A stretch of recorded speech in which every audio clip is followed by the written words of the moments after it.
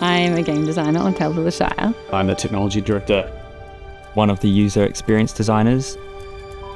Technical artist. Concept designing, 3D modelling. I'm an animator. I have the fun job of just playing the game every day. We've come together as a team to create something that's really beautiful. You spend your time as a hobbit in Bywater. And all of the things that you would expect to do as a hobbit, we've pretty much tried to put in the game.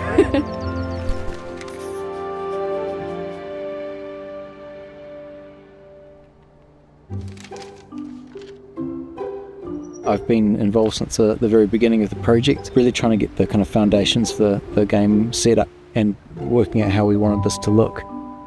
The very first image I was looking at was Tolkien's illustration of the Shire, and it was that stepping off point of how to do our world's version of that. The Hobbiton has been seen so much in the films and talked about it. We thought it'd be nice to kind of bring our world to an area that hadn't been explored as much, which was why we ended up at Bywater.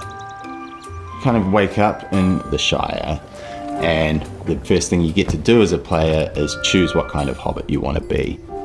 And then you get to arrive in Bywater in a cart with Gandalf. And I think for anyone who wants to experience life in the Shire, I think that's how they would want to arrive.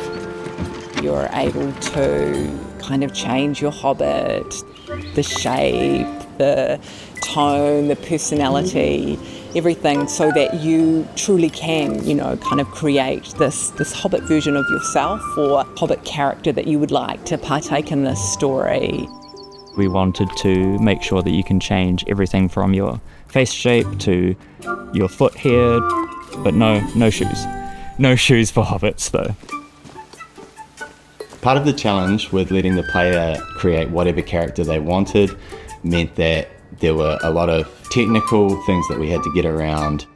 So we created a modular animation system and an emote library. Should we do it again? Our dialogues are kind of like little interactive storybooks, and as you read them, the characters do these gestures or sort of strike a pose. This one is, without looking, that's annoyed. If the character says something and they're clearly annoyed about it, we play this one. Something I did in the game that I love that people don't really notice is that the hobbits look at each other. That is a very technical thing, and I was able to do that alongside our animation team, who were able to obviously make the rigging and the bits we have in those 3D models. And it was one of those things that when it wasn't there, the game looked lifeless. And when it was in there, the magic happened. Home decoration is kind of one of our core ways of expressing yourself in the game. Very early on, we actually decided on making it gridless, so that you don't place anything on a square within a grid, and to be a really powerful tool for the player to be able to place anywhere they want and also change whatever they want. If you want to, you can cover your wall with shelves and pictures and all of that, and you can put individual items on every shelf, big items, small items. There is no limit to the kind of stuff you can have in your house, which allows the player to kind of engage in a cluttercore experience. One of the issues that we faced really early on was how we would actually get the camera in there for the players to be able to have a good viewpoint into the hobbit hole. And so one of the very early ideas was taking this approach of almost like a doll's house that you could open up and you could sort of see the internals of the structure.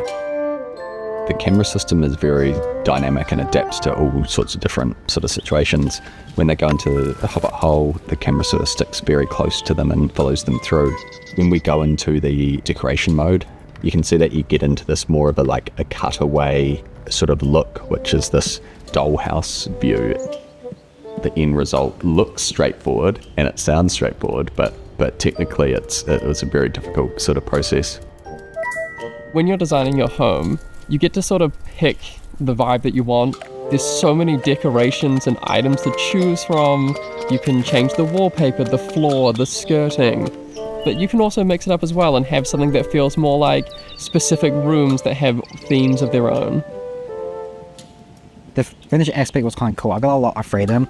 I was kind of told this like, hey, we need like 5-7 furniture sets. So I kind of had the luxury of going through and figuring out what they were. I wanted the player to be able to theme their room. So like this is a musical theme. This was like a scholar theme. So like collecting books and scrolls. So you can really like role play as like Bilbo. There's just so many options, and I'm so excited to see what people make. We're really focused on what the players will see on the screen. We wanted the imagery of the game to feel like it had been painted almost. We don't rely so much on a lot of the sort of modern rendering techniques of having very shiny objects and things. We really went for this painterly approach. We also have our wind system that all of our terrains and our grass and our trees can all read from, and so that they can all move in unison. And the idea is to create these vistas where even if you're standing still and you're just looking out, there's always this natural movement that comes through. And we get that through things like the wind, but there's also insects and birds, and there's all this just little touches of life that we've been able to scatter throughout. Very early on in the game's development, we knew that we had to start working on what kind of plants we want in the world. I looked at a bunch of flowers and plants and mushrooms and things from a lot of different seasons and parts of the world, like in forests or by grassy banks and things, and tried to get a nice collection of things that would work well with cooking and foraging and things like that. Some of them we have to see at lots of different stages of their life while we grow them in the garden. So they start from seedlings and then grow up a little bit, but they're still not ready. They grow a little bit more, they are ready. I got to put the pantry together. I got to hang up all the herbs and pile up all the tomatoes and things. So when you put a bunch of asparagus in there, you'll see it physically in your house. The birds are our navigation system in the game. On your map, you can say, I want to go over here. Or if there's a tail who says, go and find Farmer Cotton, the birds will know that you want to go to Farmer Cotton and they'll give you a path. And then on things like signposts or rocks or trees, the birds will land on them, and facing that direction, that's them telling you to go that way. So they'll fly in, sit on the signpost, and if there's like a right or a left arm, they'll sit on the left because they want you to go to the left. And the birds will just really discreetly tell you where to go. I did a lot of the implementation and setting up the bird system so that they knew where they could go and where they could drag the player. So I placed all of these points on this blue grid that the birds can kind of read to know where to go. Yeah. I'm hoping that the players, when they realise what the birds are doing for them, it will sort of embed them further into the world of Bywater and feel like, oh, this game knows that I don't want to be thinking about anything outside of the game itself.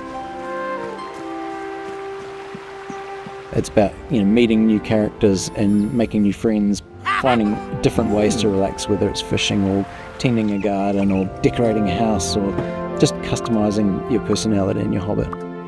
We really hope that people will enjoy it, but also that they'll find a space there to represent themselves and to capture that dream of living a life in the Shire. Just kind of escaping from life out here in the real world.